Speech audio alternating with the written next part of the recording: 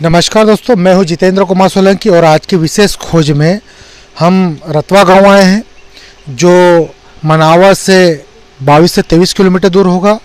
और नर्मदा किनारे हमारे जितने भी ब्लॉक बन रहे हैं वे समथिंग 1 या 2 या 4 किलोमीटर का डिफरेंस में बन रहे हैं, क्योंकि माता के हर किलोमीटर पर ऐतिहासिक चीज़ें रखी हुई है, धार्मिक चीज़ें रखी हुई है।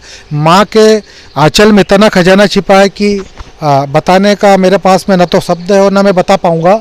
यहाँ जिस क्षेत्र में हम खड़े हैं ये रतवा गांव है। बरदा से ये 2 से 4 किलोमीटर दूर या 5 किलोमीटर दूर होगा समथिंग, और मलन गांव से ये 1.5 किलोमीटर दूर है। तो इस जगह का ऐतिहासिक महत्व, धार्मिक महत्व तो है। और आज तक कोई ये नहीं बता पाया कि यहाँ जो बर्फानी बाबा विराजित है इस माँ के आंचल में, इनका डिटेल पूरा पक्का किसी के पास में, इतने पुराने हैं। अब देखते हैं हम कितने ऐतिहासिक है और कितने ऐतिहासिक महत्व की चीज़ें रतवा में हैं और माँ के इस आंचल में कितना और खजाना छिपा है।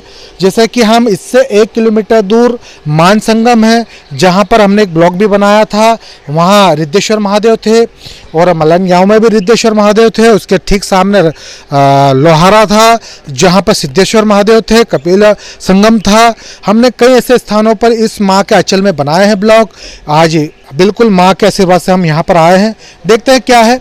बहुत सारी ऐतिहासिक चीज़ें हैं जो हजारों लाखों साल से यहाँ पर लोग, जो स्थानीय नागरिक है, वे पूजा पाठ और स्नान करते आते हैं और पूजा पाठ कर रहे हैं। यहाँ पर बहुत सारे ऐतिहासिक महत्व की चीज़ें भी मिलेगी।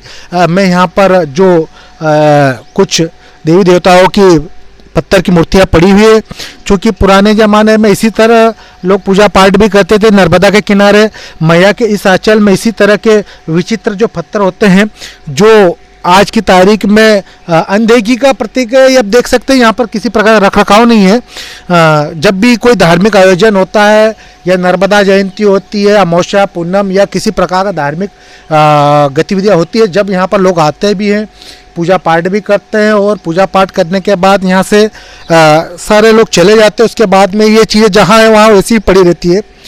पर हमारी आज की विशेष खोज में जो महत्वपूर्ण हिस्सा है वो माँ के आंचल में जो इतिहास छिपा है, ये हजारों लाखों साल पुराना इतिहास है। और बाबा बर्फानी के नाम से ये लिंग विराजित है बाबा की। आइए अब मैं बताऊंगा, मंदिर की ओर चल रहा हूँ मैं और मंदिर को दिखाऊंगा आपको मैं। उसके बाद मैं स्थानीय लोगों से भी बात करूंगा कि क्या कारण है कि इन मंदिरों की इस तरह की जो दुरावस्था हो रही है या जो दुर्गति हो रही है, ये जो जर्जर अवस्था में हो रहे हैं, ये कुछ मॉडिफाई जरूर किया है, कलर जरूर किया है। यहाँ पर ये जो कलर किया है ये पत्थरों का ही मंदिर है। मैं माँ नर्मदा के इस आंचल में आप देखेंगे इतना पुराना इतिहास और ऐतिहासिक चीज़ें हैं कि आप पुराणों में इनके नाम दर्ज है, और कई प्रकार शिव पुराण से लगा कर कई ऐसे ग्रंथों में इनकी जानकारी और डिटेल है। पर चूँकि लोगों की अनदेखी और कहीं ना कहीं अन्य प्रकार की समस्याओं के चलते ये चीज़ें, जैसे डूब प्रभावित एरिया भी है, और डूब प्रभावित होने के कारण यहाँ पर शासन प्रशासन द्वारा किसी प्रकार का विकास कार्य नहीं किया जाता है, ऐसा स्थानीय लोगों का कहना है। तो आइए हम देखते हैं इन स्थानों पर। आज की विशेष खोज के तहत हम लगातार ऐसा प्रयास कर रहे हैं कि हम इन चीज़ों को दिखाएं, लोगों के बीच में लाएं इन चीज़ों को। नंदी महाराज जैसे अन्य शिव मंदिरों में होते हैं, हमेशा मुख्य द्वार पर विराजित होते हैं, और ये हजारों साल पुराने नंदी महाराज हैं और काफ़ी खूबसूरत हैं। मैं भाई कहूँगा जरा जूम करें, मुकेश भाई इसको जूम करें, जरा दिखाएं। इसमें जिस तरह का ये स्ट्रक्चर है, ये काफ़ी हजारों साल पुराना पत्थर है। और ये जो नंदी महाराज है, इनका जो इतिहास है पौराणिक है, चूँकि ये हमारे धार्मिक आस्था का एक प्रतीक है। जब भी मान मन्नत ली जाती है और जब सबसे पहले प्रणाम अगर किसी को किया जाता है तो सबसे पहले नंदी महाराज से प्रणाम करते हुए जो होते हैं भक्तराज, वे बाबा के दरबार में पहुंचते हैं। अब मैं आपको ये मुख्य गेट दिखाऊंगा, ये पत्थरों का बना हुआ है। ये मंदिर जितने भी माता के आंचल में बने हुए हैं ये हजारों लाखों साल पुराने हैं, और इनका इतिहास ऐसा है कि शायद मेरे पास शब्द नहीं है, मैं बता भी नहीं सकता। परंतु ये बात तय है कि इनके जो बने हुए जो स्ट्रक्चर है ये हजारों साल पुराने हैं। अगर पुरातत्व महत्व की इन चीज़ों को अगर संरक्षित नहीं किया गया तो कहीं ना कहीं ये गर्त पे चली जाएगी, हम सबकी जिम्मेदारी बनती है। इसीलिए मैं आज की विशेष खोज में आपको ऐसी ऐतिहासिक चीज़ें दिखाता हूँ जो अनछुई हो, जहाँ कोई नहीं पहुँचे, वहाँ आज की विशेष की खोज के तहत हम लोग पहुँचते हैं और इतिहास को दिखाते हैं। माँ नर्मदा के इस आंचल में आप देखें किस तरह के बिल्कुल ऐतिहासिक महत्व के मंदिर हैं, मठ है और आध्यात्मिक गुरुओं की ये तपस्या स्थली है। कई ओजस्वी संत भी रहे हैं ऐसे स्थानों पर। ये जो मुख्य गेट है, मैं अंदर आऊँगा और आप देखेंगे ये जो दरवाज़ा है काफ़ी पुराना है और आज जर्जर अवस्था में है, क्योंकि कहीं ना कहीं आज की तारीख में इन मंदिरों की जो देखरेख है वो बिल्कुल शून्य है। ये जर्जर अवस्था में जा रहे हैं। शासन प्रशासन ने पल्ला झाड़ रखा है।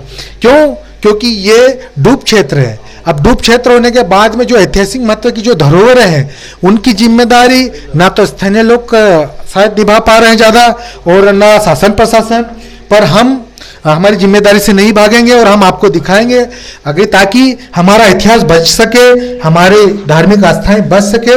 देखिए ये दरवाजा किस हालत में है, काफ़ी पुराना है और मैं यहाँ पर लाइट का कोई साधन नहीं है। एक छोटा सा मंदिर है, पत्थरों से बना हुआ है, हजारों साल पुराने पत्थर है। एक बड़ी महत्वपूर्ण चीज में इस मंदिर की ओर आपका ध्यान आकर्षित करूंगा कि ये जो शिवलिंग है इसको आप बड़े गौर से देखेंगे। इसका मुख्य द्वार उत्तर की तरफ है। ये उत्तरमुखी है।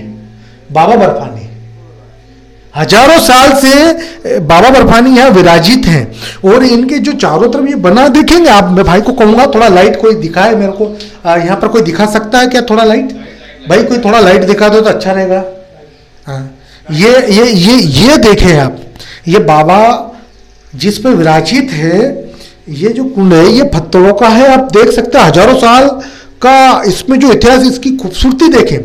और ये बाबा की जो प्रतिमा है, ये शिवलिंग है, ये ऐतिहासिक धार्मिक के साथ साथ ये इतना महत्वपूर्ण स्थान है, इतना पवित्र स्थान है कि ये जो आज भी जो इतिहासों और पुराणों में जो विराजित है शिवलिंग, उसमें कोई बदलाव नहीं है, कोई मॉडिफाई नहीं है, बिल्कुल नेचुरल और प्योर। ये आप देखेंगे उत्तरमुखी, नॉर्थ पोल। जैसे हम लोग खड़े हैं अभी यहाँ बैठे हैं तो इधर की तरफ पूर्व है, इधर की तरफ पश्चिम है, इधर दक्षिण है और ये उत्तर है। North pole, south pole, east and west. तो मैंने बहुत मंदिरों की विजिट की है। एक विशेष चीज पाई है कि जो शिवलिंग ये ऐतिहासिक, नयों का तो पता नहीं है, बाकी ये पुराना जो स्ट्रक्चर है इसमें, इस मंदिर में एक महत्वपूर्ण चीज अगर है तो वो है ये उत्तरमुखी। मैंने बहुत कम ऐसे बहुत सारे पूर्वमुखी देखे हैं, दक्षिणमुखी भी देखे हैं, कई प्रकार के देखे, पर उत्तरमुखी होना और इसकी एक दिशा का, और इसमें यहाँ पर आप देखेंगे इसको, तो यहाँ जो इस शिवलिंग को इसका जो बनावट है बिल्कुल खूबसूरती के साथ में बाबा बर्फानी बिल्कुल विराजित है। जैसे होता है अमरनाथ में बाबा बर्फानी है, वैसे ही आकार है, इसलिए शायद इन्हें बर्फानी बाबा भी कहते हैं। उस आकार की विशेषता के कारण भी इन्हें बर्फानी कहा जाता है। और बर्फानी बाबा का पता अमरनाथ का तो शायद मुझे ऐसा लगता है कि 150 सालों पहले हुआ है, पर ये तो हजारों साल पहले से विराजित है यहाँ।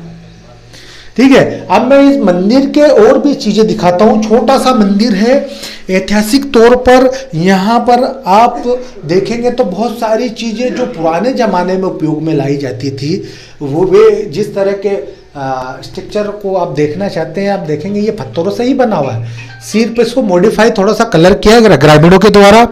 यहाँ गणेश जी विराजित है, संगमरमर की मूर्ति है, और ये संगमरमर की मूर्ति भी बड़ी खूबसूरती के साथ पिता और पुत्र का संगम दिखाती है। पिता और पुत्र बड़े विचित्र तरीके से आप इसको देखो, इसको खूबसूरती को समझिए। छोटा सा मंदिर है, इस छोटे से मंदिर के अंदर एक इतिहास छिपा हुआ है, एक धार्मिक महत्व छुपा हुआ है। आप यहाँ पर जाकर जब देखेंगे कि एक छोटा दिख रहा है, बाकी इसका आध्यात्मिक महत्व अतुल्य है। मेरे पास शब्द नहीं, फिर मैं बता रहा हूं, इसलिए मैं अतुल्य का प्रयोग कर रहा हूं। और आपको भी समझना होगा कि मां का इस अचल में जो खजाना है, यही खजाना हमारा है, यही हमारा धार्मिक खजाना है, ऐतिहासिक खजाना है। हम इससे बचाने के लिए ही एक पहल कर रहे हैं और हम चाहते हैं कि इस रथ पे सब बैठे और सब आए, इस इतिहास को मजबूत करें, इस धार्मिक पहल को मजबूत करें। ये देखें कितनी खूबसूरती के साथ में एक छोटा सा मंदिर के अंदर मंदिर है। यहाँ प्रतिमाएं छोटी छोटी रखी हुई है पत्थर की, और बड़ी खूबसूरती के साथ में एक मैं प्रतिमा उठा के आपको बताऊंगा कि ये पता नहीं, बाकी बड़ी खूबसूरती के साथ में आप देखेंगे तो कुछ है ऐसा बना हुआ। मां नर्मदा के तट पर इस तरह की आकृतियां बने हुए पत्थर मिलते हैं जो वाकई में किसी धार्मिक महत्व को दर्शाते हैं। हम हमारे जो ऐतिहासिक महत्व की जो चीजें हैं, हम उनको संरक्षित सुरक्षित करने के लिए अगर कुछ प्रयास करें और हम अगर इस रथ को आगे बढ़ाएं, तो ये सामाजिक तौर पर आपको विशेष रूप से कुछ न कुछ दिखेगा। अभी मैं बारीकी से आपको बहुत सारी चीजें दिखाऊंगा। एक प्रमाणिक चीज में आपको एक और चीज दिखेगी। देखिए यहाँ पर नागराज विराजित नहीं है, ठीक है, परंतु अब मैं आपको बताऊंगा ये जो बना हुआ है इस बिल्कुल मंदिर के मुख्य द्वार, मंदिर के अंदर मंदिर है छोटा सा, और ये छोटा सा जो मंदिर है यहाँ पर पत्थर से एक आकृति बनाई गई है।